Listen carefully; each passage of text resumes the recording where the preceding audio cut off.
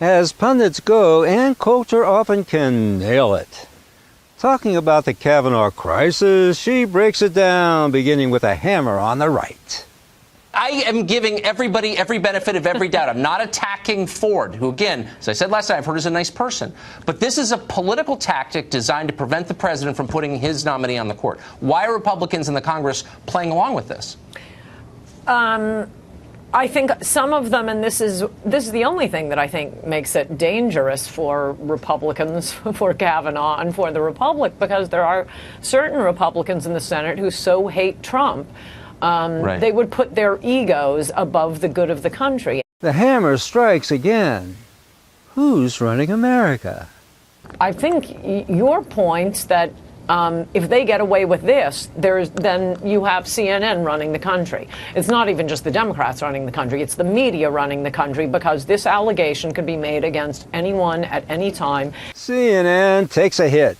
Owned by Turner Broadcasting, a division of AT&T's Warner Media. Its key players are Jeff Zucker, president of CNN, Doug Shapiro, chief strategist of Turner, and its president, David Levy.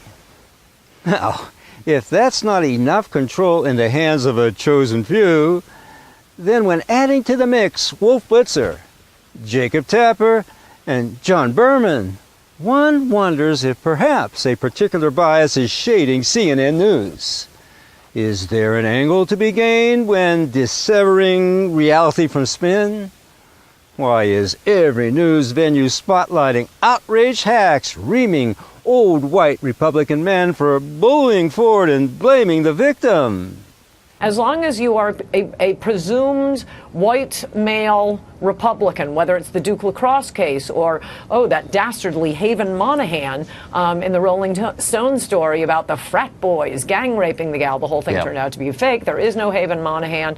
Or now a lot of the statements about Brett Kavanaugh, like from Krugman, he's smirking, and a lot on Twitter and elsewhere. He's a white male, is white privilege. If you fit the narrative, you are guilty, and there is no coming back from that. If you're white with traditional values, or a constitutionalist judge that won't budge when others try to fudge, then you fit the narrative and you'll be crucified for it. Look for witnesses, false witnesses. Just crucify the guy you hate. They did it to Jesus Christ, you know. And the all-powerful media invades your brains with a bias that's hard to shake. Trump could stop it by nationalizing the press, then bid out network venues on short-term contracts to broadcasters having contrasting political and cultural views. That way, a diversification of discussion is secured.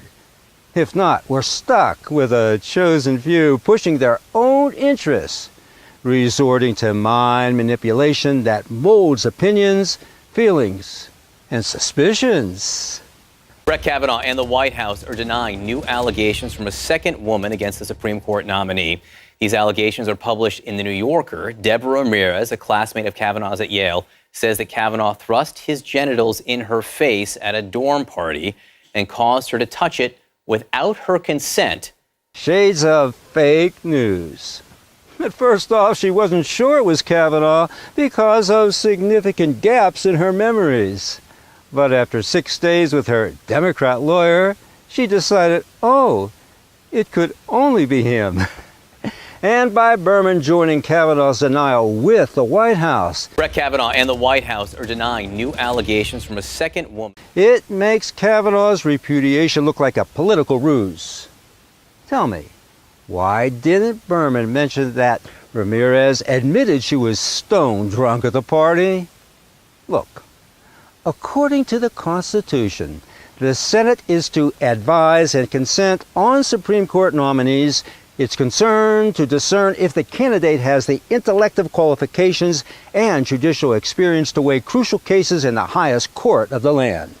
It is not to decide whether dormitory forays and loosely strung accusations are pertinent to the process.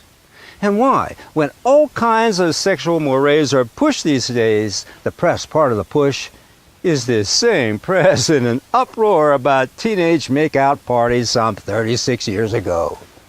I don't see any other way out of the current trap of media messaging other than Trump nationalizing the fake news industry. Traps are set for animals. It's time we human beings set our own traps and clasp the media's feet to the fire.